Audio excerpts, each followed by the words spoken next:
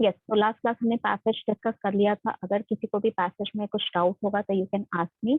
Briefly let me explain. We were talking about unconsciousness. ठीक है, unconsciousness के बारे में हम लोग यहाँ पर पढ़ रहे थे। अनकॉन्शियसनेस मतलब वो चीज जो हमारे कंट्रोल में नहीं है, हमारे दिमाग का वो पोर्शन जिसको हम कंट्रोल नहीं कर सकते। फॉर एग्जाम्पल, हमें यहाँ पर नींद में चलने की अगर बीमारी है तो ये चीज हमारे कंट्रोल के बाहर है। अगर हमें यहाँ पर यस, अगर हमें यहाँ पर कोई भी इशू है regarding your dream, yes, your dreams is not in your control. आपके जो ड्रीम्स हैं वो आपके कंट्रोल में नहीं है। वन,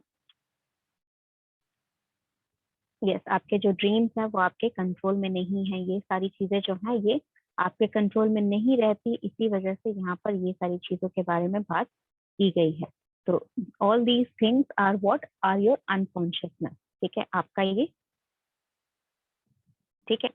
चलिए, तो यहाँ पर क्वेश्चन जो था, क्वेश्चन हम लोग डिस्कस कर लेते हैं। अनकॉन्शियसनेस के बारे में एक जो साइंटिस्ट थे, दैट वाज हार्टमोड जो था उनका नाम, उन्होंने यहाँ पर जो क्वेश्चन, उन्होंने यहाँ पर जो रिसर्च दी थी उसके बारे में भी बताया गया है, क्योंकि try to explain unconsciousness, but क्योंकि उन्होंने बहुत ब्रॉड सेक्शन में इसको क्लासिफाई करने की कोशिश की, यानी उन्होंने हर एक चीज में डिफाइन करने की कोशिश की हमारा जो अनकॉन्शियसनेस है, जिसकी वजह से उसका जो इम्पोर्टेंस है वो खत्म हो गया। ठीक है, उसका जो इतना बड़ा इम्पोर्टेंस था, इतनी बड़ी डिस्कवरी थी, तो उसका इम्पोर्टेंस जो है वो थोड़ा सा रिड्यूस हो गया, because he try to explain it in every sector. हर एक सेक्टर, हर एक फील्ड में इसको एक्सप्लेन करने की उन्होंने कोशिश की, लेकिन वो कामयाब नहीं हो पाए, क्योंकि जितना ज्यादा वो सेक्टर बढ़ाते गए उतना ज्यादा लोगों को ये कॉम्प्लिकेटेड लगता गया और उतना ज्यादा जो है लोग इसे समझ नहीं पा रहे थे।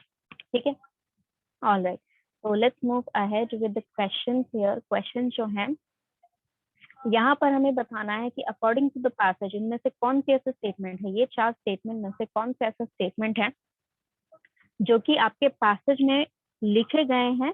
कोई एक लाइन ऐसा है, कोई एक सेंटेंस ऐसा है जो कि आपके पैसेज में नहीं लिखा गया।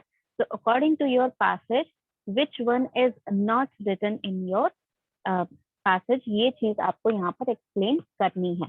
तो अकॉर्डिंग टू दैट, यहाँ पर पैसेज में क्या क्या चीजें लिखी गई थी, let's read the options here. New conceptions in the 19th century could provide new knowledge because of the establishment of field such as anesthesiology। यानी कि नए कॉन्सेप्शन जो थे, यानी कि नए कॉन्सेप्ट जो थे 19th सेंचुरी में वो डेवलप कर रहे थे, 19th सेंचुरी में वो इवॉल्व हो रहे थे, और नई नॉलेज जो है हमें स्टैब्लिश करनी थी इस फील्ड में, जैसे कि एनेस्थेसियोलॉजी जो थी। एनेस्थेसियोलॉजी यानी कि वो स्टडी जिसके थ्रू हम लोगों को बेहोश करते हैं during the surgery and all.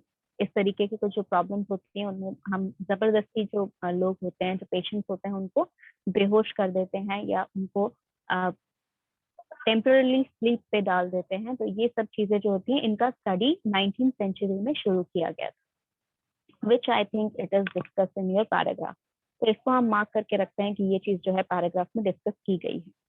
Unrelated practices began to be treated as related to each other as knowledge of the mind grew in 19th century। मेरे ख्याल से यहाँ पर ऐसा कोई लाइन पैसेज में डिस्कस नहीं किया गया है जो कि आपका प्रैक्टिस से रिलेटेड है या नहीं रिलेटेड है, but let's keep it in hold। Without the linguistic development of 19th century, the growth of understanding of the soul and mind may not have happened। ठीक है, लिंग्विस्टिक यानी कि लैंग्वेज के डेवलपमेंट के बिना हमारा जो ग्रोथ था सोल को और माइंड को अंडरस्टैंड करने का, वो नहीं हो सकता था। तो ये चीज भी मुझे डाउट लग रहा है, तो let's take clear from there. 18th century thinkers were the first to perceive a connection between creating a genius and insanity। This was discussed in the passage, जो कि मैंने बताया था आपको कि 18th century में, यानी कि at the end of the 18th century and 19th century के beginning में, ये सारा जो डेवलपमेंट हो रहा था स्टडी का, अनकॉन्शियसनेस के स्टडी का, ये डेवलप हो रहा था, उस दौरान स्टार्ट हुआ था। तो हम यहाँ क्या कर रहे थे, हम यहाँ पर परसीव कर रहे थे, यानी कि हम यहाँ पर डिफ्रेंशिएशन सीख रहे थे कि किस तरह हम एक क्रिएटिव जीनियस को और एक इंसेन पर्सन को या हेलुसिनेटिंग इंसेन पर्सन को डिफ्रेंशिएट करें, ये हम सीख रहे थे अभी। ठीक है, तो we were perceiving a connection, ठीक है, हम ये समझ रहे थे कि किस तरह हम यहाँ पर डिफ्रेंशिएट करें कि एक जो पर्सन है वो क्रिएटिव है, वो जीनियस है, या फिर वो इंसेन है। ठीक है, तो इस चीज को डिस्कशन तो किया गया है, तो लेट्स मार्क इट हियर। तो क्या चीज यहाँ पर डिस्कस नहीं की गई है? ठीक है, कौन सा ऐसा कॉन्सेप्ट है जो यहाँ पर डिस्कस नहीं किया गया है आपके पैसेज में? That is your, I, okay, give me a minute. यहाँ पर जो पैसेज था उसको मैं एक बार शेयर कर देती हूँ, या मैं साइड पे एक बार ओपन करके रख लेती हूँ आपका पैसेज, ताकि मुझे भी याद रहे कि पैसेज में हमने क्या क्या चीजें डिस्कस की थी। तो let's go ahead and find out the passage. Question number 9 वाला पैसेज था। तो we have question number 13, question number 9। Yes, question number 9 का पैसेज में क्या ऐसा कुछ डिस्कस किया गया है? अनरिलेटेड प्रैक्टिसेस विदाउट, ओके, तो लिंग्विस्टिक वाला जो स्टेटमेंट है वो भी यहाँ पर डिस्कस किया गया है।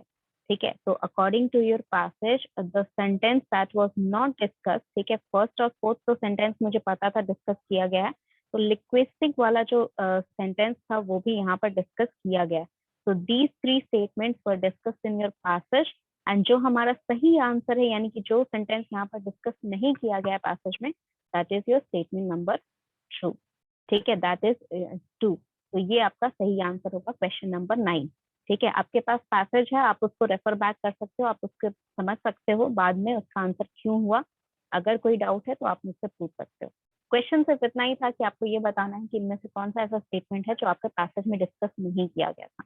ठीक है, yes, question number 10, which of the following sets of word is closest to mapping the main arguments of the passage? मतलब पैसेज में जो जो चीजों के बारे में आर्ग्यूमेंट किया गया, यानी कि जो जो चीजों के बारे में डिस्कशन किया गया, उनमें से आप कौन सा ऐसा कॉन्सेप्ट है जिसको वन वर्ड में यहाँ पर डिस्क्राइब किया गया है? ठीक है, हालांकि सेट ऑफ वर्ड्स हैं, तो पूरे कॉन्सेप्ट को वहां पर जो चीज बताई गई है उसको एक वर्ड में डिस्क्राइब किया गया है, और बाकी का जो कॉन्सेप्ट है, दो तीन कॉन्सेप्ट है जिनको एक एक वर्ड में डिस्क्राइब करके यहाँ पर लिखा गया है। तो कौन से ऐसे सेट ऑफ वर्ड्स हैं जो कि यहाँ पर मेन टॉपिक या मेन आर्ग्यूमेंट को describe करते हैं?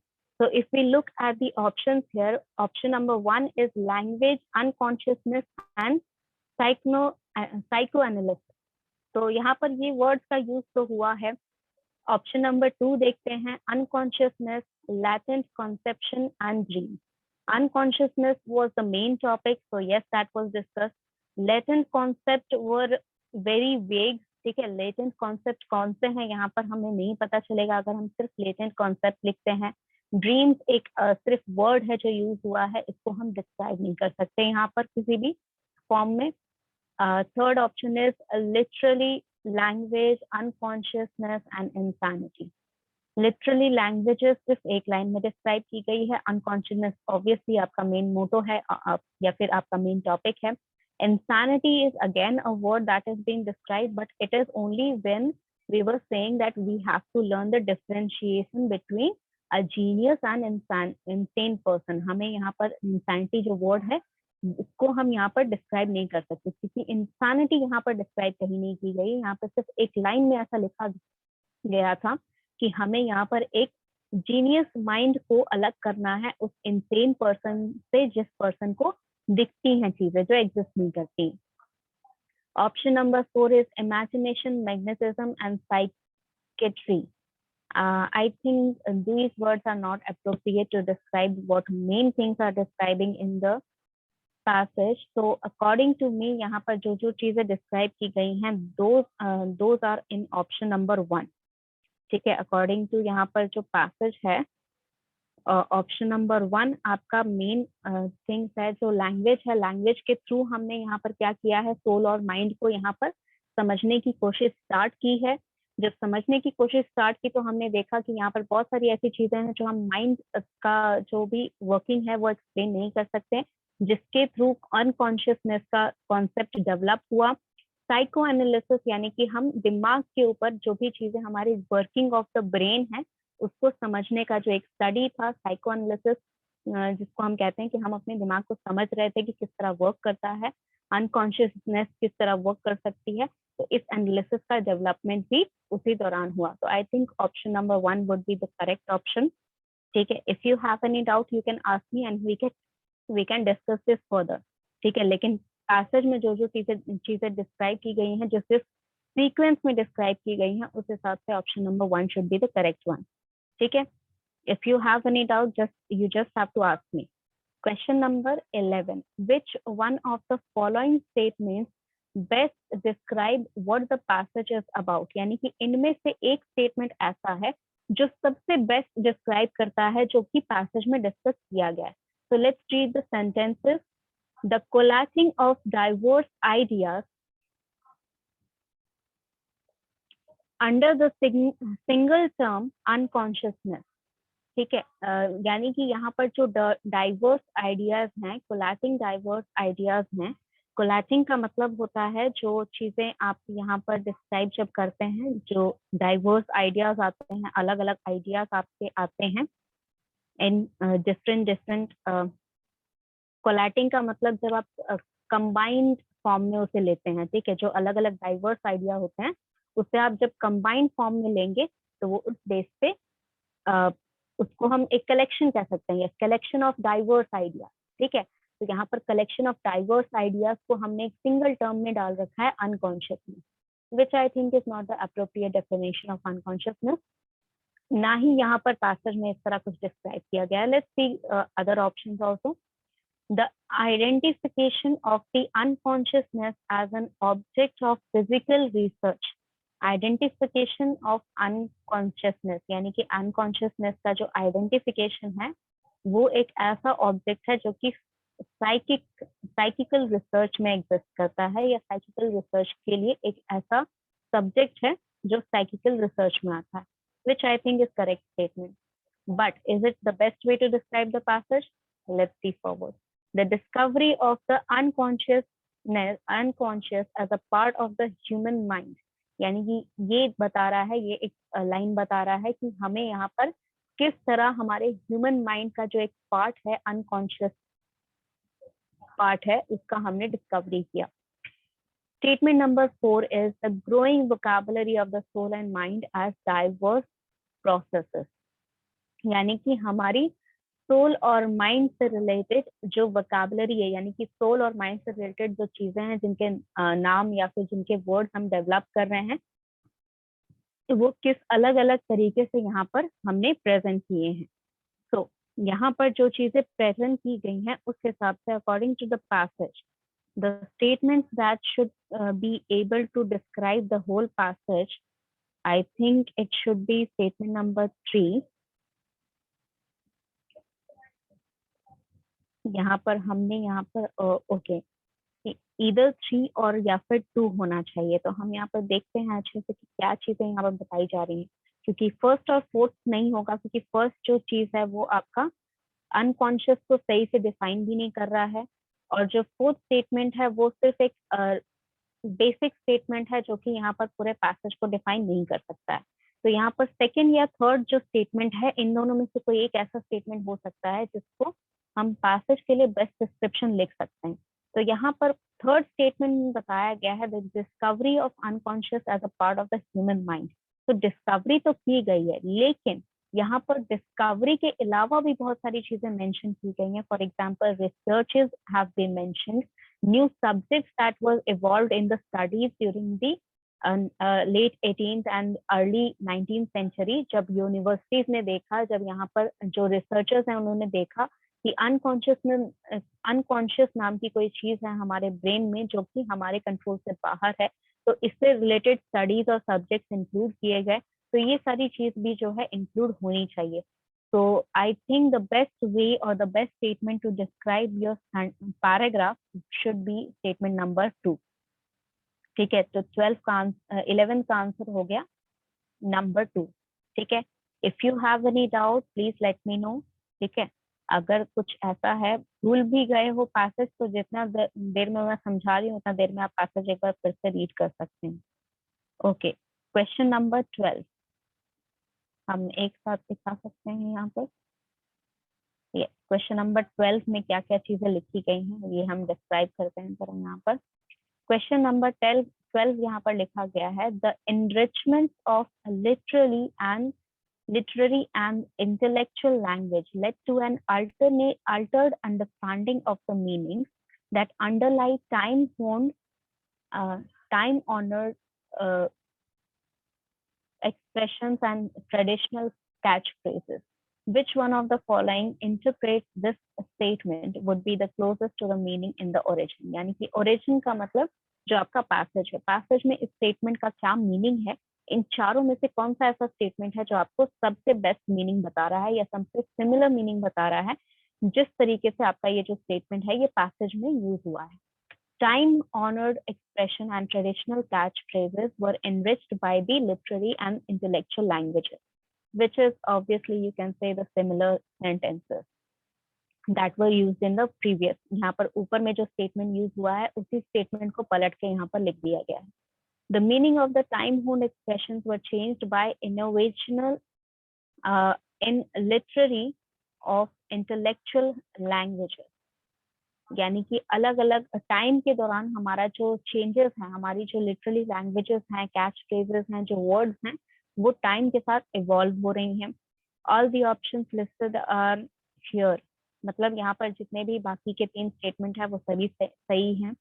Literally and intellectual languages was altered by time-honored expressions and traditional catchphrases. यानी कि लिटरली और इंटेलेक्चुअल जो लैंग्वेज है, यानी कि हमारी जो लैंग्वेज है, जो हम वर्ड मीनिंग के हिसाब से या एक तरह से इंटेलिजेंस के हिसाब से जो भी लैंग्वेजेस हम यूज करते हैं, उन सभी में जो कैच फ्रेजेस हैं या जो ट्रेडिशनल वर्ड्स हैं वो थोड़ा सा उसका अल्टर हो गया. अल्टर यानी कि बदल गया है.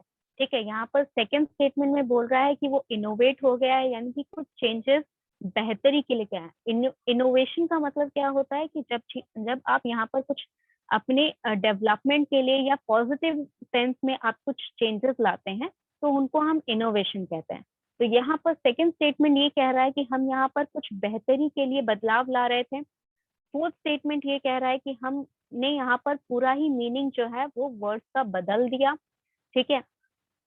फर्स्ट स्टेटमेंट ये कह रहा है कि हमने एनरिच कर दिया. एनरिच का मतलब क्या होता है कि यहाँ पर आपका जो स्टेटमेंट, जो भी वर्ड्स हैं, जो भी चीजें एनरिच हो रही हैं, इसका मतलब बेहतर होती जा रही है. तो बेसिकली यहाँ पर जो आपका सेंटेंस है, I think the option number 3 should be the correct one, क्योंकि ये तीनों ही स्टेटमेंट जो हैं ये बिल्कुल सिमिलर मीनिंग कन्वे कर रहे हैं. आपका जो स्टेटमेंट ऊपर यूज हुआ है आपके पैराग्राफ में, ये जो पूरा स्टेटमेंट है, इस पूरे स्टेटमेंट को आई थिंक ये तीनों स्टेटमेंट यहाँ पर यूज कर रहे हैं. तो ऑप्शन 3 आपका सही आंसर होगा यहाँ पर. ठीक है, option 3 is your correct answer. I cannot reach that far here. Let me scroll down. थोड़ा सा हम scroll up करते हैं ताकि हम यहाँ पर, okay, we cannot scroll down. चलिए ठीक है. तो option number 3 is your correct for question number 12. Question number 12 के लिए 3 ऑप्शन करेक्ट है. इसको आप बाद के लिए भी रख सकते हैं ताकि आप दोबारा पैसेज रीड करें तो आपको पता हो कि किस तरह कौन सा आंसर करना है. ठीक है. Now all right, this portion is complete. ये जो पैसेज हम कर रहे थे ये पोर्शन हमारा कंप्लीट हो गया. There was, I would like to tell you, यहाँ पर एक और चीज थी जो मैं आपको बताना चाहती हूँ. Let me just take this.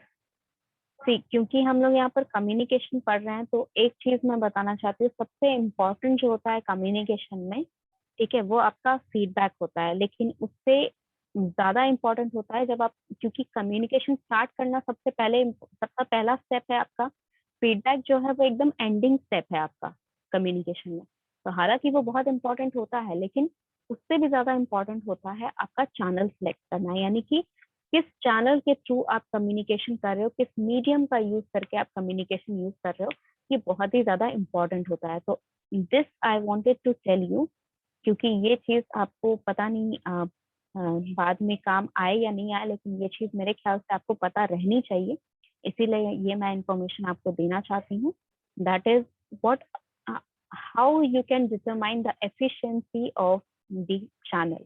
आपका जो चैनल है उसका या फिर जो मीडियम है उसका एफिशिएंसी आपको कैसे पता चलेगा. तो यहाँ पर टॉप टू बॉटम ये जो टेबल बना हुआ है, तो टॉप टू बॉटम जो है वो एफिशिएंसी हाईएस्ट से लोएस्ट की तरफ जा रही है। ठीक है, यहाँ पर लिखा हुआ है मोर एफिशिएंसी से लेस एफिशिएंसी की तरफ जा रहे हैं हम लोग, ऊपर से नीचे की तरफ अगर हम जा रहे हैं। ठीक है, या फिर नीचे से अगर ऊपर जाएंगे तो लो एफिशिएंसी से हम हाई एफिशिएंसी की तरफ जा रहे हैं। तो यहाँ पर ग्रीन पोर्शन में या फिर येलो पोर्शन में जो लिखा गया है वो आपका उसका एफिशिएंसी अच्छा है, या ग्रीन वाला जो है वो सबसे अच्छा है, रेड वाला जो है उसका एफिशिएंसी सबसे कम है। एफिशिएंसी का मतलब कि आप कितने अच्छे से अपना मैसेज जो है वो कम्युनिकेट कर पा रहे हो, और उस मैसेज को आपका जो रीडर है या आपका जो राइटर है, सॉरी लिसनर है, वो आपका जो भी रिसीवर है वो कितने अच्छे से समझ पा रहा है। ठीक है, if I am not Audible, अगर मेरी ऑडियो में कोई दिक्कत आए या फिर आप कुछ बात नहीं सुन पा रहे हो तो आप मुझे एक बार बता देना चैट बॉक्स के थ्रू, और you can raise your hand. ठीक है, यस। तो यहाँ पर आपको क्या क्या चीजें बताई जा रही हैं, यहाँ पर आपको बताया जा रहा है कि आपको यहाँ पर कौन से चैनल जो हैं वो किस किस वेरिएशन में कितने इफेक्टिव हैं। ठीक है, तो first of all the most effective way of communication or the first most effective channel to use for communication is face to face. ऐसा क्यों होता है कि फेस टू फेस कम्युनिकेशन जो होता है वो सबसे बेहतर होता है? Let me tell you one thing, face to face communication जब आप करते हैं तो यहाँ पर एक ऐसी चीज है जो किसी भी मीडियम में यूज नहीं होती है। ठीक है, किसी भी मीडियम में ये सारी चीजें इंक्लूड नहीं होती हैं। कौन सी चीजें इंक्लूड नहीं होती हैं? Give me a minute. ये फेस टू फेस कम्युनिकेशन के दो पार्ट होते हैं। जब आप फेस टू फेस किसी से कम्युनिकेट करते हैं तो उसके दो पार्ट होते हैं। पहला होता है वर्बल। ठीक है, first part is your verbal, यानी कि जो आप बोल रहे हैं। ठीक है, ये आपका पहला पार्ट होता है। दूसरा पार्ट होता है नॉन वर्बल। ठीक है, जिस तरीके से बोल रहे हो। ये दोनों ही पोर्शन जो है बहुत ही इंपॉर्टेंट होते हैं आपके कम्युनिकेशन के लिए। तो फेस टू फेस कम्युनिकेशन सबसे बेहतर इसीलिए है क्योंकि ये दोनों पोर्शन को इक्वली इम्पोर्टेंस देता है और इक्वली यूज करता है। ठीक है, यानी कि अगर मैं वर्बल कम कर दूं, नॉन वर्बल ज्यादा रखूं, या फिर नॉन वर्बल ज्यादा रखूं, वर्बल कम करूं, तो मेरा इफिशियंसी जो है वो थोड़ा वेराई करेगा। लेकिन फिर भी मेरा फेस टू फेस कम्युनिकेशन सबसे ज्यादा इफेक्टिव रहेगा। क्यों इफेक्टिव रहेगा? क्योंकि मान लीजिए कि मैं वर्ड्स अच्छे से नहीं बोल पा रही हूँ, फिर भी मैं आपको समझ जाती हूँ। जैसे मान लीजिए कभी कभार ऐसा आपने होते हुए देखा होगा क्लास में, जब टीचर समझा रहे हैं, ठीक है, आपको कुछ समझ में नहीं आ रहा, लेकिन आप डाउट भी नहीं पूछ पा रहे हो। ठीक है, मतलब कई बार ऐसा होता है कि आपको समझ में नहीं आता कि डाउट किस तरह पूछें। ठीक है, लेकिन उसके बावजूद जब आप ट्राई करते हो तो आपका टीचर अपने आप समझ जाता है कि हो सकता है इसे इस चीज में प्रॉब्लम आ रही होगी, तो वो एक्सप्लेन कर देते हैं। राइट? क्यों ऐसा होता है? क्योंकि वो आपका नॉन वर्बल कम्युनिकेशन रीड कर लेते हैं। ठीक है, मान लीजिए कि उन्होंने कोई एक कॉन्सेप्ट पढ़ाया, जिस कॉन्सेप्ट को वो बहुत बारीकी से जानते हैं, उस कॉन्सेप्ट में जो डाउट हो सकते हैं उन्हें ये भी पता है, तो वो डाउट तो वो पहले ही क्लियर कर देंगे। फिर उन्हें अचानक से हो सकता है कि याद आए कि अरे स्टूडेंट्स को इस जगह भी प्रॉब्लम होती है, तो हम इस रीजन को भी क्लियर कर देते हैं, तो वो उस पोर्शन को भी क्लियर कर देते हैं। उसके बाद भी आपका जो पर्सनल डाउट है, आप अगर नहीं भी बोल पा रहे हो तो भी आपके नॉन वर्बल कम्युनिकेशन से, यानी कि आपके एक्सप्रेशन से, आपके वे ऑफ टॉकिंग से, या फिर आप जो भी वर्ड यूज कर रहे हो, ठीक है, तोड़ फोड़ के या किसी भी तरह से जो भी वर्ड यूज कर रहे हो, उससे आपका टीचर कई बार समझ जाता है कि इसे क्या डाउट हो रहा है, तो वो एक्सप्लेन कर देते हैं। राइट? तो verbal communication, sorry, face to face communication इसीलिए सबसे ज्यादा इफेक्टिव होता है क्योंकि यहाँ पर चाहे आप वर्बली कम्युनिकेट करें या नॉन वर्बली कम्युनिकेट करें, आप अलग अलग नहीं कर सकते। ठीक है, जैसे मैं अभी आपको फेस टू फेस नहीं पढ़ा पा रही हूँ, लेकिन जब फेस टू फेस पढ़ाती थी, ठीक है, या फिर जो टीचर आपको फेस टू फेस पढ़ाते थे, ठीक है, तो आपने ये नोट डाउन किया होगा कि फेस टू फेस कम्युनिकेशन में, यानी कि ऑफलाइन क्लासेस में और ऑफलाइन क्लासेस में क्या डिफरेंस होता है। ठीक है ना, आपके नेटवर्क इशू हो जाते हैं कई बार जब वीडियो कॉन्फ्रेंसिंग, जो जूम ऐप आप यूज करते हैं, that is one of the video conferencing app. ठीक है, तो आपका ये जो मीटिंग ऐप होता है, इसमें क्या डिफरेंस है या फिर क्या चीजें हैं जो आपको प्रॉब्लमेटिक रहती है, इस ये चीज आपने खुद पर्सनली एक्सपीरियंस किया होगा, तो आपको पता होगा ये चीज स्टूडेंट्स भी बहुत बार कंप्लेन कर चुके हैं मुझे, आपने तो कभी नहीं की, लेकिन फिर भी बहुत सारे क्लासेस में बच्चे ऐसे कंप्लेन करते हैं कि मैम ऑफलाइन क्लासेस करा देनी चाहिए, हम लोग को अब पढ़ाई में ऑनलाइन में नहीं हो पाता है। क्यों नहीं हो पाता है? क्योंकि नेटवर्क इश्यूज हो जाते हैं, कई बार मन नहीं लगता है पढ़ने में। जो क्लास में बैठ के आपका जो एक माहौल बनता है, ठीक है, जो इन्वायरमेंट होता है, जो सराउंडिंग होता है, वो भी बहुत ज्यादा इंपॉर्टेंट होता है, जो शायद घर में आपको ना मिल पाए, या फिर हॉस्टल में अगर आप रह रहे हैं तो हॉस्टल में भी ना हो पाए। आसपास हल्ला गुल्ला होता है जो क्लासरूम में नहीं होता। क्लासरूम में आपने देखा होगा कि क्लासरूम जो बनती हैं वो इस तरह बनाई जाती है कि बाहर का जो नॉइज है वो कम से कम पेनिट्रेट करे, ठीक है, जितना हम उसे रोक सके उतना ज्यादा रोके। और यहाँ पर क्लासरूम में अगर स्टूडेंट शांत रहे तो टीचर की आवाज पूरी गूंजती है, पूरा अच्छे से उन्हें सुनाई देता है, ठीक है। क्यों ऐसा होता है? क्योंकि क्लासरूम को उस तरीके से बनाया जाता है। तो इस एनवायरनमेंट में भी ये एक तरह का नॉन वर्बल कम्युनिकेशन है। हम ऐसा एनवायरनमेंट आपको दे रहे हैं जहां पर आपको पढ़ने में बहुत आसानी रहे। तो this is also way of communicating from the management, from the college side, कि आपका यहाँ पर जो पढ़ाई हो रहा है वो जितना कम हो सके उतना कम डिस्टर्ब, ठीक है। जितना एक्सटर्नल इफेक्ट, अब इंटरनली कोई बच्चा यहाँ पर हल्ला कर रहा है तो that is a different thing, वो तो टीचर का जॉब है ही कि यहाँ पर शांत कराएं, लेकिन जो बाहर का डिस्टर्बेंस है वो कम से कम अंदर नहीं आना चाहिए। Give me a minute. Yes, as I was telling कि आपका यहाँ पर फेस टू फेस कम्युनिकेशन में क्या होता है कि जो भी टीचर बात बोल रहा है उसके साथ साथ उनका एक्सप्रेशन रहता है। मान लो कुछ इंपॉर्टेंट बात अगर बताना होता है, तो ये चीज मैंने शायद आप क्लास में बताई भी हो, अगर नहीं बताई तो मैं बता देती हूँ। मान लीजिए कोई इंपॉर्टेंट बात आपके टीचर बता रहे हैं आपको, तो वो क्या करेंगे, वो क्लास में बार बार रिपीट करते हैं उस फ्रेज को, ठीक है। कोई एक इंपॉर्टेंट पॉइंट है उसको वो बार बार रिपीट करते हैं। क्यों बार बार रिपीट करते हैं? क्योंकि ये एक तरह का कम्युनिकेशन ही है। ये एक तरह से बिना बोले आपको ये बताया जा रहा है कि वो जो पॉइंट है वो इम्पोर्टेंट है, ठीक है। जरूरी नहीं है कि हर बार यहाँ पर टीचर बता ही दे क्लास में कि ये पॉइंट इम्पोर्टेंट है या फिर ये पॉइंट इम्पोर्टेंट नहीं है, ये जो है एग्जाम में आएगा, ये एग्जाम में नहीं आएगा। जरूरी नहीं है कि हर बार ऐसा हो। उनका वे ऑफ स्टाइल जो होता है, उनका तरीका जो होता है पढ़ाने का, वो आपको बता देता है। क्यों आपको ये चीज इन्फॉर्म की जाती है? कई बार क्लासेस में कोई नया चैप्टर शुरू हो रहा होता है, तो आपको जो टीचर है वो पहले से ही इन्फॉर्म कर देते हैं आपको कि देखो ये चैप्टर जो है बहुत इंपॉर्टेंट है, इसके नोट्स अच्छे से बना लेना, जो भी डाउट होगा अभी क्लियर कर लेना। क्यों ऐसा करते हैं वो? क्योंकि उन्हें पता है कि आप जो है अगर ये चीज बता दी गई तो आपका जो माइंड है उसमें ये कमांड आप भेज सकते हैं कि आपको कॉन्सेंट्रेट होकर पढ़ना है, ठीक है। अगर आपको यहाँ पर ये जो इम्पोर्टेंट चैप्टर आपको भी लग रहा है कि ये चैप्टर इम्पोर्टेंट है, या टीचर ने कह दिया, तो एक तरह से आपके माइंड में ये चीज बैठ जाती है कि ये जो चीज है ये इम्पोर्टेंट है, इसको हमें ध्यान से पढ़ना है। तो ये एक तरह का जो है ना, ये एक तरह से वर्बल और नॉन वर्बल को इंक्लूड करके उनके एक्सप्रेशन भी आप देखते हैं कि हाँ सर बहुत सीरियस है या मैम बहुत सीरियस है, और बहुत सीरियस तरीके से पढ़ाया जा रहा है इस चीज को, तो आपको भी लगता है कि ये चीज बहुत ज्यादा इंपॉर्टेंट है। तो इसीलिए वर्बल और नॉन वर्बल का इक्वल रेशियो में आप एक कह सकते हैं कि एक सही प्रोपोर्शन में, जिस प्रोपोर्शन में यूज होना चाहिए उस प्रोपोर्शन में यूज करके यहाँ पर फेस टू फेस कॉन्वर्सेशन में यूज किया जाता है। आप जिस तरह बैठे हैं, आप जिस तरह खड़े हैं, कई बार आपने देखा होता है कुछ स्टूडेंट जो होते हैं, टीचर अगर बैठ के पढ़ाता है तो उन्हें समझ में नहीं आता है। ऐसा क्यों होता है? कोई ऐसा जादू है क्या कि टीचर खड़ा हो जाएगा तो समझ में आएगा? कोई जादू नहीं है। It is only the non verbal communication. क्या कम्युनिकेशन हो रहा है? अगर टीचर वहां बैठ के सामने पढ़ा रहा है तो उन्हें लगता है कि हमें इंपॉर्टेंस नहीं दी जा रही, और अगर वो वहीं पर एकदम सामने खड़े होकर, वो जो बीच की गैलरी है जहाँ पर जगह होती है आपके डेस्क के बीच में, वहां से आपको चल चल के पढ़ा रहे हैं, तो उन्हें लगता है कि हर स्टूडेंट पे इम्पोर्टेंस दी जा रही है और उनका माइंड फोकस्ड रहता है, ठीक है। This is nothing but a non verbal communication, ठीक है। ये आपका कॉन्सेंट्रेशन बढ़ाने के काम आता है, ठीक है। अब कॉन्सेंट्रेट होके पढ़ोगे तो जाहिर सी बात है कि अच्छे से ही पढ़ोगे, ठीक है। तो इसीलिए आपका जो तरीका होता है पढ़ाने का, या किसी भी तरह का आप नॉन वर्बल कम्युनिकेशन या वर्बल कम्युनिकेशन इक्वल प्रोपोर्शन में, इक्वल हो चाहे ना हो। हालांकि ये चीज कहा जाता है कि आपका जो ओरल कम्युनिकेशन आप जब करते हैं, फेस टू फेस कम्युनिकेशन जब आप करते हैं, तो आपका जो एक तरह से मीनिंग जब कन्वे होता है, तो 80% या 70% आपका वर्बल, सॉरी नॉन वर्बल होता है, ठीक है, और 20% या 30% वर्बल।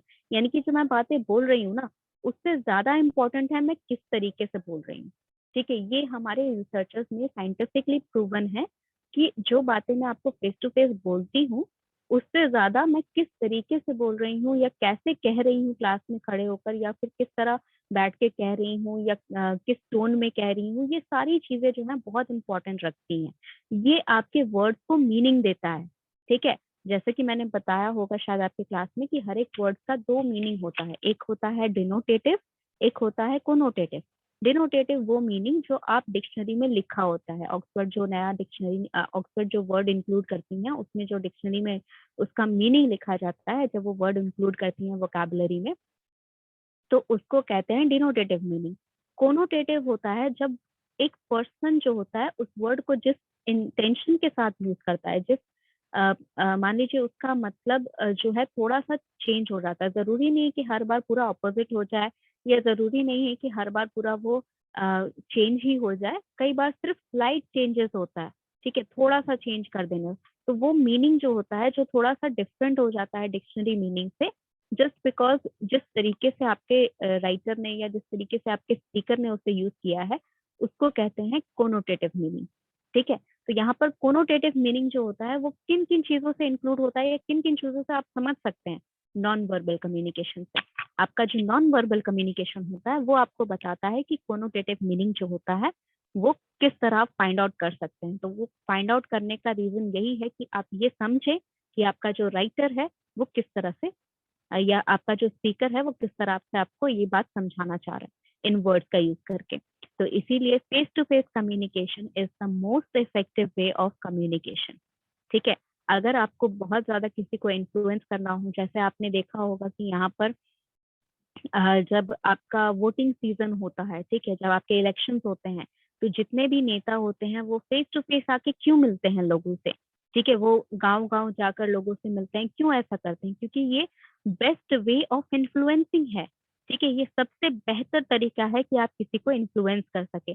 जब आप उनके सामने फेस टू फेस रह के उनकी प्रॉब्लम जानते हैं, जब फेस टू फेस रह के उनकी प्रॉब्लम सुनते हैं, तो ये एक तरह से सेटिस्फाई करता है वोटर्स को कि कम से कम ये आदमी आके मेरी बात सुन रहा है, भले टेम्पररी हो, लेकिन भले ये चीज टेम्पररी हो लेकिन फिर भी वो आके यहाँ पर मेरी बात सुन रहा है। ठीक है, तो ये चीज इसीलिए फेस टू फेस कम्युनिकेशन जो होता है that is very much effective in your communication field.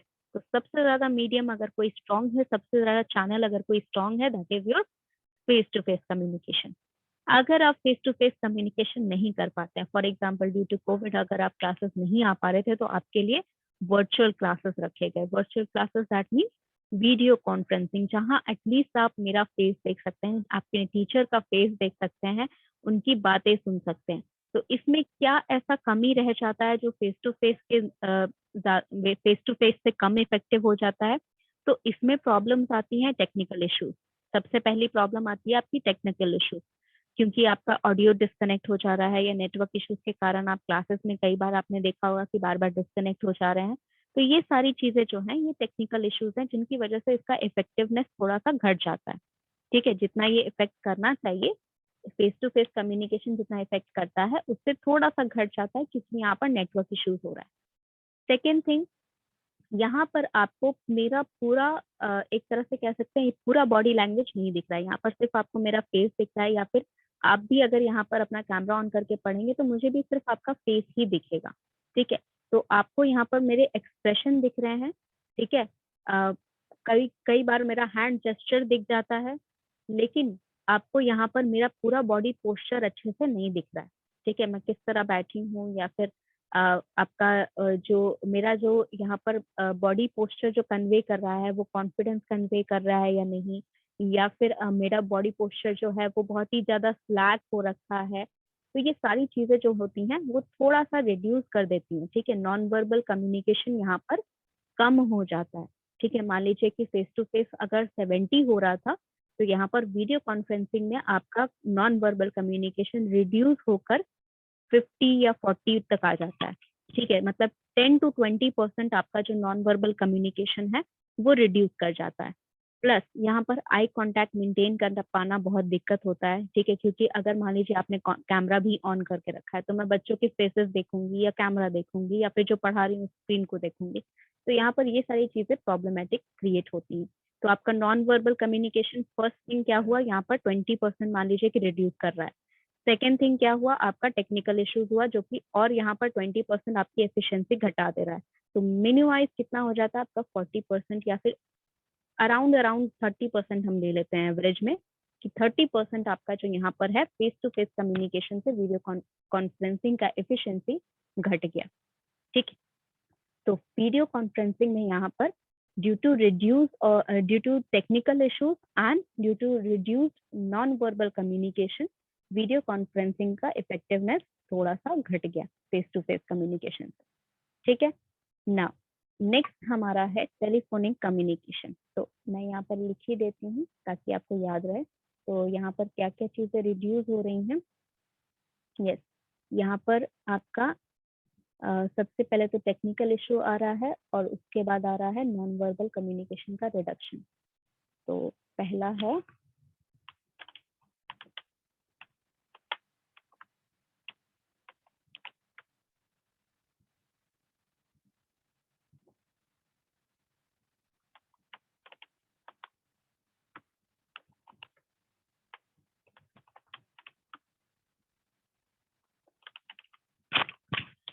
ये दो चीजों के कारण आपका एफिशिएंसी जो है वो घट गया। ठीक है, वीडियो कॉन्फ्रेंसिंग में आपका ये दो रीजंस हैं जिनकी वजह से आपका जो एफिशिएंसी है वो रिड्यूस हो गया। पहले टेक्निकल इश्यूज की वजह से, दूसरा नॉन वर्बल कम्युनिकेशन घटने के कारण।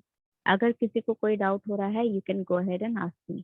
ठीक है, कोई भी चुपचाप मत बैठिएगा, ये मत सोचिएगा कि अब इसके बाद क्लास नहीं होगी तो हम पूछे ना, डाउट क्लियर कर लीजिएगा सब कोई। ठीक है, so these two reasons, because of these two reasons, video conferencing have a little less efficiency than the face-to-face communication. Third thing is your telephone.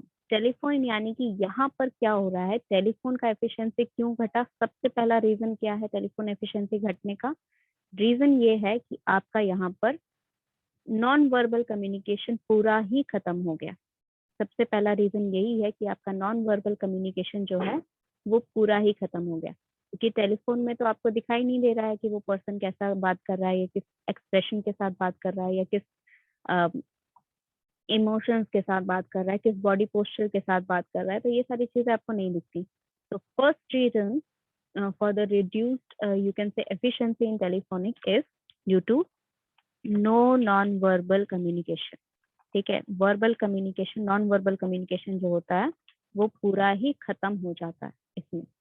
और एक रीजन क्या है कि इसकी वजह से तो आपका रिड्यूस होता ही है, प्लस आपका जो यहाँ पर नेटवर्क इश्यूज है वो भी एक रीजन यहाँ पर है। कई बार आपके कॉल ड्रॉप वगैरह होते हैं, तो ये सारी रीजन भी हैं कि टेलीफोन कम्युनिकेशन स्टिल उतना ज्यादा इफेक्टिव नहीं है जितना फेस टू फेस कम्युनिकेशन होता है। बट इफेक्टिवनेस इसका मीडियोकर है। देखिए अभी भी ये एकदम बीच में है, यानी कि अभी भी थोड़ा सा इसमें इफेक्टिवनेस रहता है। ये क्यों रहता है, ये इसलिए रहता है क्योंकि यहाँ पर आपकी वॉइस एटलीस्ट सुनाई दे पा रही है। ठीक है, आप मेरी वॉइस सुन पाते हो जब मैं कॉल करती हूँ तो इसका रीजन क्या है कि इफेक्टिवनेस जो इसमें बचा रहता है वो इसलिए बचा रहता है क्योंकि आप मेरी वॉइस सुनकर थोड़े बहुत इमोशन पता लगा सकते हो। फॉर एग्जाम्पल, अगर मेरी वॉइस किसी को साफ साफ सुनाई दे रही है तो उसे पता चल जाएगा कि अगर मेरी वॉइस बहुत स्ट्रांग है तो उसे लगेगा कि मैं कॉन्फिडेंट हूँ या फिर मैं खुश हूँ। ठीक है, मान लीजिए कि मुझे कोई हैप्पी न्यूज सुनानी है तो मेरी वॉइस अब अच्छी रहेगी, एकदम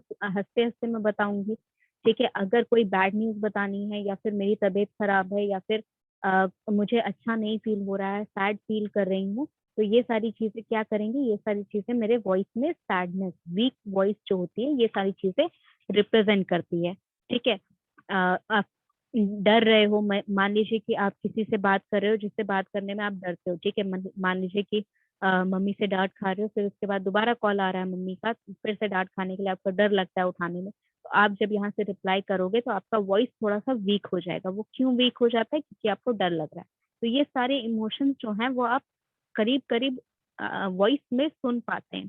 ठीक है, हमारे इतने सेंसेस हैं, हमारे पास जो ब्रेन है वो इसको डिस्टिंग्विश कर सकता है, अलग अलग वॉइसेस को वो डिस्टिंग्विश कर सकता है, अलग अलग डिफ्रेंशिएट कर सकता है कि क्या क्या चीजें यहाँ पर हैं जो हमें यहाँ पर बता सकती हैं कि वो पर्सन किस इमोशन, किस मूड के साथ हमसे बात कर रहा है।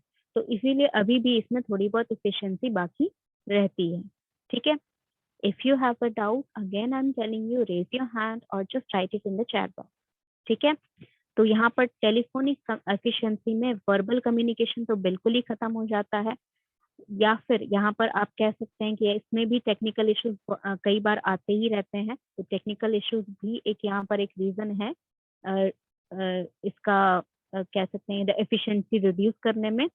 इफेक्टिवनेस क्यों आता है, इसका रीजन ये है कि आप वॉइस वेरिएशन के थ्रू बता सकते हो कि ये पर्सन जो है ये क्या बोलना चाह रहा है। तो if I right this here,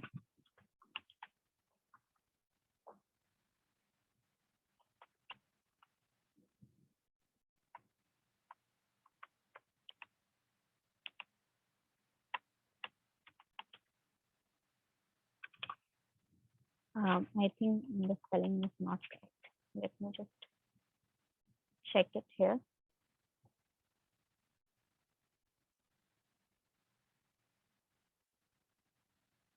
Okay.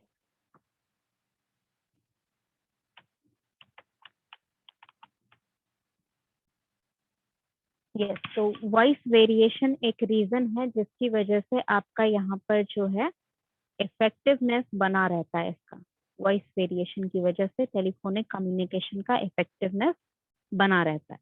ठीक है, ऑलराइट। नाउ नेक्स्ट थिंग यहाँ पर जो चीज है जो इफेक्ट करती है इसे यहाँ पर, that is your two way radio.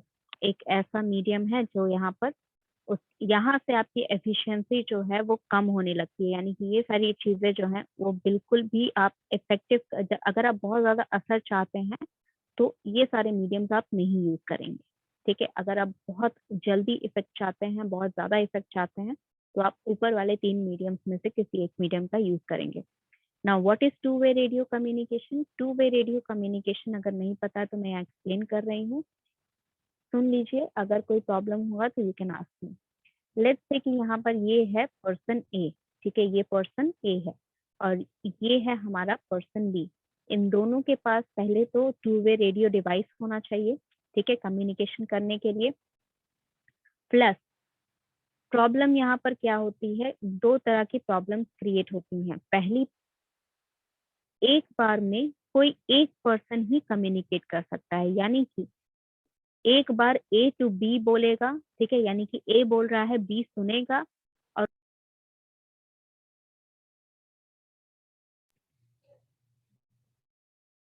जब ए का बोलना खत्म हो जाएगा उसके बाद जाके बी जो है वो अपना रिप्लाई भेजेगा, यानी कि एक बार में कोई एक ही पर्सन यहाँ पर बोल सकता है। ठीक है, तो एक बार में क्योंकि 1 एट अ टाइम बोल सकते हैं तो इसीलिए थोड़ी सी एफिशिएंसी कम हो जाती है।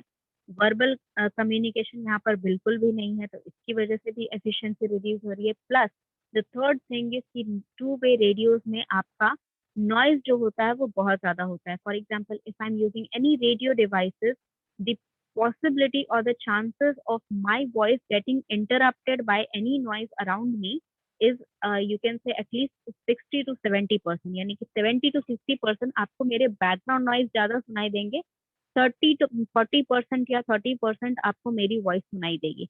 तो यहाँ पर क्या होता है कि वॉइस का जो वेरिएशन भी है वो कई बार नहीं समझ में आता है आपको, तो वो इमोशन जो यहाँ पर आप पता लगा पा रहे थे टेलीफोनिक कम्युनिकेशन में, वो आप टू वे रेडियो में नहीं लगा सकते। ठीक है, now let me just write down the reason that it has reduced. तो पहला रीजन तो ये है कि यहाँ पर नॉन वर्बल कम्युनिकेशन नहीं हो रहा है। Let me grab it in, yes. तो पहला रीजन ये है कि नॉन वर्बल कम्युनिकेशन नहीं हो रहा है। दूसरा रीजन ये है कि ये 1 एट अ टाइम यहाँ पर एक ही आदमी एक बार में बोल सकता है, तो 1 at a time communication,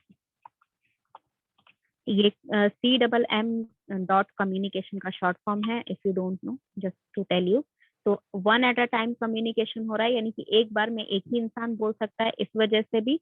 plus one more reason यहाँ पर क्या है, if I can fit it here, I would like to write it. The third reason that is your static noise, इसको बोलते हैं। स्टैटिक नॉइज यानी कि आसपास मेरे जो भी नॉइज रहता है ठीक है। स्टैटिक नॉइज या फिर व्हाइट नॉइज कह सकते हो, व्हाइट नॉइज।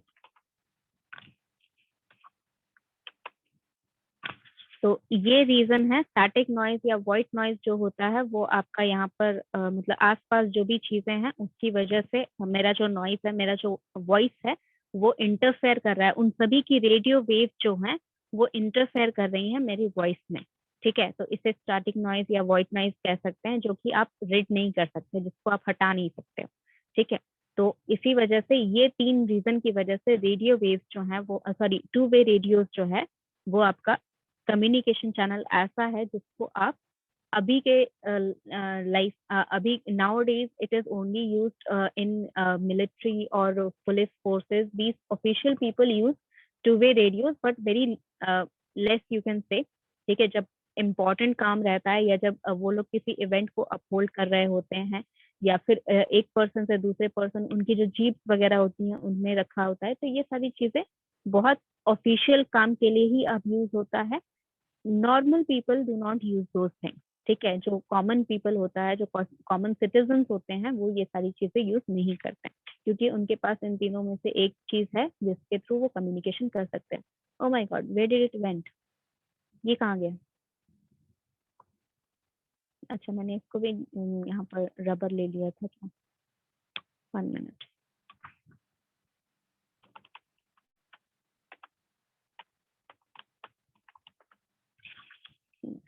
तो वॉइस वेरिएशन की वजह से टेलीफोनिक कम्युनिकेशन अच्छा रहता है। ठीक है, ओके। तो यहाँ पर टू वे रेडियो जो है, टू वे रेडियो का ये 3 रीजन है जिसकी वजह से यहाँ पर आपका जो एफिशिएंसी है वो रिड्यूस हो रहा है। नाउ थोड़ी बहुत एफिशिएंसी जो इसमें बची कुची है वो इसलिए क्योंकि कम से कम आप जो वॉइस है वो पहचान सकते हैं या फिर वॉइस यहाँ पर समझ सकते हैं कि वो जो पर्सन है वो क्या बोल रहा है। ठीक है, तो थ्रू वॉइस अगर आप कम्युनिकेट करते हैं तो ये थोड़ा सा फास्टर कम्युनिकेशन होता है। Oral communication is a very fast mode of communication. तो आपका ये मोड जो कम्युनिकेशन का होता है टू वे रेडियो में, ये थोड़ा फास्ट होता है respective to any other in the below. उसके नीचे जो कम्युनिकेशन हो रहा है वो फास्ट नहीं है, तो उनके रिस्पेक्टिव टू वे कम्युनिकेशन या टू वे रेडियो कम्युनिकेशन जो है वो थोड़ा सा फास्ट होता है, इसीलिए थोड़ी बहुत एफिशिएंसी इसमें है बची हुई। Now fifth, sorry, fourth mode is your written और एड्रेस डॉक्यूमेंट। रिटन फॉर्मेट में आपकी बुक्स आते हैं, नोट्स आते हैं, या फिर आपका एड्रेस डॉक्यूमेंट जो होता है वो लेटर और ईमेल होता है, जिसको आप स्पेसिफाई करते हो कि मुझे इसी पर्सन को भेजना है। जैसे मैं अगर आपको ईमेल कर रही हूँ तो मेरे पास आपको ईमेल एड्रेस होना चाहिए। आप अगर मेरे को ईमेल कर रहे हैं तो आपके पास मेरा ईमेल एड्रेस होना चाहिए। आप मुझे लेटर भेज रहे हैं तो आपके पास मेरा रेजिडेंट एड्रेस होना चाहिए, रेजिडेंशियल एड्रेस होना चाहिए। ये सारी चीजें रिक्वायरमेंट होती हैं इन सभी तरह के एड्रेस डॉक्यूमेंट फाइंड करने के लिए। तो इससे क्या होगा, अगर मैं एक लेटर लिखती हूँ, मुझे लेटर लिखना है किसी एक पर्सन को, किसी एक स्टूडेंट को, ठीक है, तो मेरे पास उसका एड्रेस होना चाहिए। तो अगर मैं एड्रेस नहीं लिखती हूँ वहां पर तो ऑब्वियस सी बात है कि पोस्ट ऑफिस को पता नहीं रहेगा कि वो लेटर कहाँ भेजना है, राइट। तो वो क्या करेंगे, वो उसे अनएड्रेस्ड में डाल देंगे।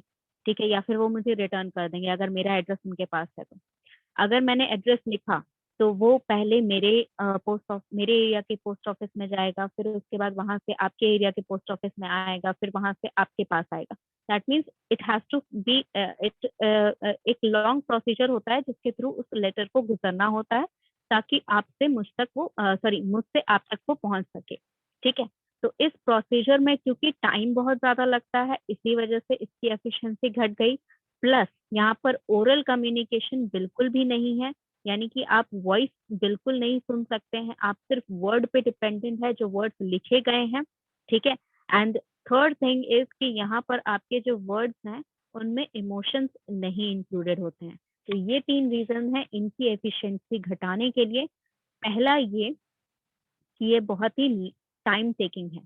पहला reason is this is time taking और टाइम कंज्यूमिंग। ठीक है, पहला रीजन है कि ये बहुत ही टाइम कंज्यूमिंग मेथड है। सेकेंड रीजन है कि नो ओरल कम्युनिकेशन और नो वॉइस, वॉइस बिल्कुल भी यूज नहीं हो रही है। तो जैसे कि मैंने कहा था कि अगर आप मेरी वॉइस सुन पा रहे हैं तो आपको मेरी वॉइस में जो भी वेरिएशन आ रहा है वो सभी चीजें सुन पा रहे होंगे। तो वॉइस वेरिएशन की वजह से आप यहाँ पर मेरा इमोशन बता सकते हैं। तो वॉइस नहीं होने का कारण यहाँ पर जो आपका एफिशिएंसी घट रहा है उसका रीजन यही है कि आप इमोशन डिफरेंशिएट नहीं कर सकते हैं। ठीक है, तो ये तीसरा रीजन हो गया कि वर्ड्स जो हैं उनके साथ नो इमोशन अटैच्ड। ठीक है, थोड़ा आगे बढ़ा दें। Yes, no emotion in words. Words में वॉइस नहीं है तो ऑब्वियस सी बात है कि आप यहाँ पर इमोशंस नहीं बता पाएंगे। तो ये 3 रीजन है जिसकी वजह से ऑब्वियसली, और नॉन वर्बल कम्युनिकेशन तो बिल्कुल है ही नहीं यहाँ पर, तो ये भी एक रीजन हो गया आपका। तो ये 4 रीजन यहाँ पर हो गए जिसकी वजह से आपका जो कम्युनिकेशन है थ्रू रिटन डॉक्यूमेंट और एनी एड्रेस्ड डॉक्यूमेंट, उसका एफिशिएंसी इतना कम है। तो आप देख रहे हो जैसे जैसे ये जो टेबल है नीचे जा रहा है वैसे वैसे आपको यहाँ पर दिख रहा है कि आपका जो रीजंस हैं, ठीक है, वो बढ़ते जा रहे हैं। ठीक है, जिनकी वजह से आपका एफिशिएंसी घट रहा है वो रीजन बढ़ते जा रहे हैं, and that is the reason why you are having why we are not using these type of communication. इस तरह के कम्युनिकेशन हम नहीं यूज कर रहे हैं, यही रीजन है। प्लस आपने देखा होगा कि हमारे जो चैट एप्स हैं, ये चैटिंग एप्स जो हमारे एप्लीकेशन बने हैं, व्हाट्सएप हो गया, फेसबुक का मैसेंजर हो गया, ठीक है, ये सारे ऐप्स जो हैं इनके साथ हमने यहाँ पर इमोटिकॉन्स लगा दिए हैं। इमोटिकॉन्स मतलब क्या होता है? ऐसे फेसेस जो जो आपके इमोशंस साथ में कन्वे करें। ठीक है, मान लीजिए कि मैं अगर आपको गुस्से में कोई मैसेज भेज रही हूँ और उसके साथ मैंने एक इमोटिकॉन या एक इमोजी यूज किया है जो कि वो लाल कलर का होता है, गुस्से वाला। ठीक है, उसका मतलब आप क्लियरली समझ जाएंगे कि ये मैसेज जो है मैंने गुस्से में किया है। मुझे यहाँ पर आपको कॉल करके बताने की जरूरत नहीं है, मुझे आपको वीडियो कॉन्फ्रेंसिंग करने की जरूरत नहीं है, ना ही मुझे फेस टू फेस मिलने की जरूरत है। तो these developments are done by, ये सारे डेवलपमेंट्स क्यों किए गए हैं? ताकि हमारा जो रिटन कम्युनिकेशन है उसका फॉर्मेट, उसका एफिशिएंसी थोड़ा सा इंक्रीज हो, क्योंकि अभी भी रिटन फॉर्मेट बहुत ही ज्यादा यूज होता है। आपके जो बुक्स हो गए या जो भी लेटर वगैरह होते हैं, ये सारी चीजें यूज होती हैं आपकी रिटन कम्युनिकेशन को इंफॉर्मेशन पास ऑन करने के लिए।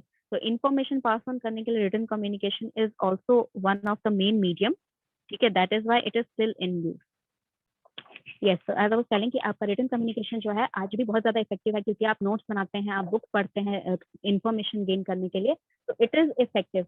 But it is not that effective, क्योंकि अगर आप रीड कर भी रहे हैं बुक्स तो भी आपको टीचर्स की जरूरत होती है वो चीजें, वो कॉन्सेप्ट समझने के लिए। ठीक है, that is why this profession has been developed. आपके जो रिटन बुक्स हैं उनको समझाने के लिए ही आपको ये प्रोफेशन जो है डेवलप किया गया है। तो रिटन कम्युनिकेशन ऐसा नहीं है कि पूरे की पूरे तरह खत्म हो गया है, या फिर इसमें से कोई भी कम्युनिकेशन नहीं है जो पूरी की पूरी तरह खत्म हो गया है, लेकिन इसका इफेक्टिवनेस जो है वो रिड्यूस होते जा रहा है, क्योंकि हमारे पास ऐसे मीडियम्स हैं जो कि बहुत ज्यादा इफेक्टिव हैं without having the face to face communication. हालांकि ये सबसे बेटर है और हमेशा से चलता आया है, हमेशा से चलता रहेगा।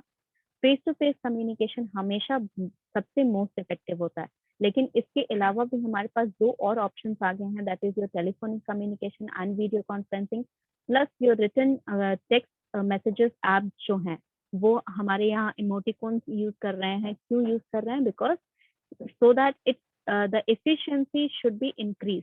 इसका जो एफिशिएंसी है वो इंक्रीज कर जाए, 2 वे रेडियो से ज्यादा बढ़ जाए, क्योंकि ऑब्वियसली टेलीफोनिक कम्युनिकेशन से या वीडियो कॉन्फ्रेंसिंग से ज्यादा नहीं हो सकता है, क्योंकि उसमें वॉइसेस यूज हो रही हैं अभी भी। लेकिन ये हो सकता है 2 वे रेडियो से ज्यादा बेटर हो कम्युनिकेशन करने का, क्योंकि रिटन कम्युनिकेशन जो है वो आज भी हम कॉमन पीपल यूज करते हैं। हालांकि रेडियो 2 वे रेडियो जो है वो सिर्फ ऑफिशियल पर्सन यूज कर रहे हैं। ठीक है, तो I hope everything is clear here. जो लास्ट सेक्शन हमारा बच गया है that is your unaddressed document. Unaddressed document मतलब bulk mail.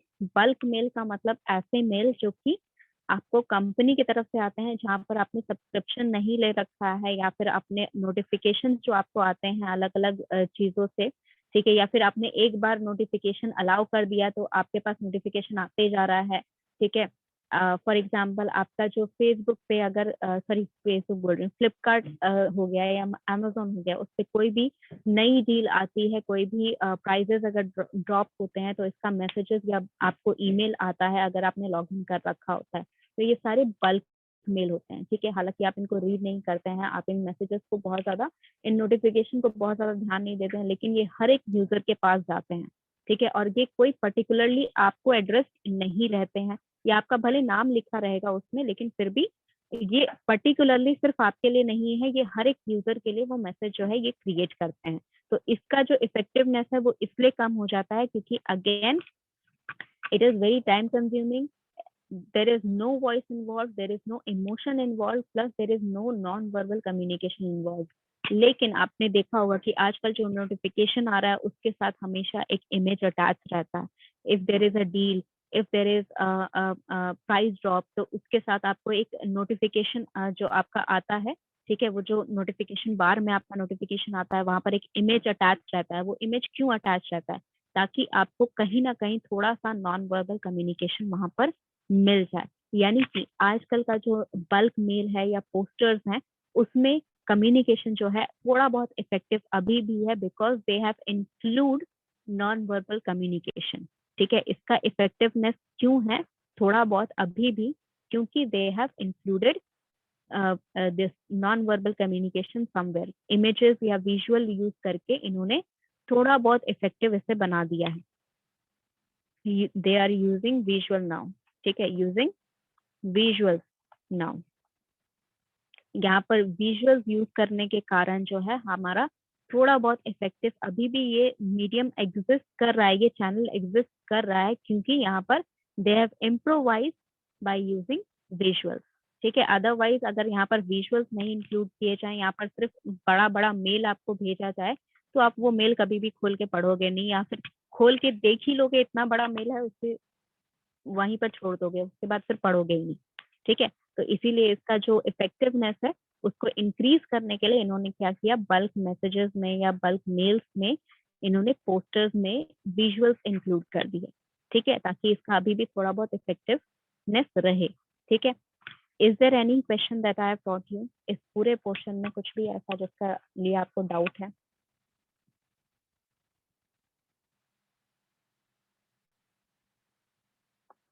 If you have any specific doubt, you can go ahead and tell me. कोई ऐसा स्पेसिफिक डाउट है आपको इस पूरे पोर्शन में? हैंड रेज कर लीजिए if you have any doubt. चलिए, नहीं है डाउट तो डू वन थिंग, इसका स्क्रीनशॉट रख लो सब कोई, सब कोई इसका स्क्रीनशॉट रख लीजिए, ताकि आपको इन फर्दर फ्यूचर आपको ये सारी चीजें काम में आए, ठीक है। आपको पता नहीं चलेगा, लेकिन ये सारी इंफॉर्मेशन जो होती है फ्यूचर में कहीं ना कहीं आपको काम जरूर आएगी, ठीक है। तो इसीलिए फ्यूचर में दोबारा इस चीज को खुद से ना पढ़ना पड़े, इसीलिए ये इन्फॉर्मेशन आपके पास रहनी चाहिए। And let me know by giving a thumbs up if you have done the screenshot. Screenshot अगर हो गया है तो आप मेरे को एक बार बता दें।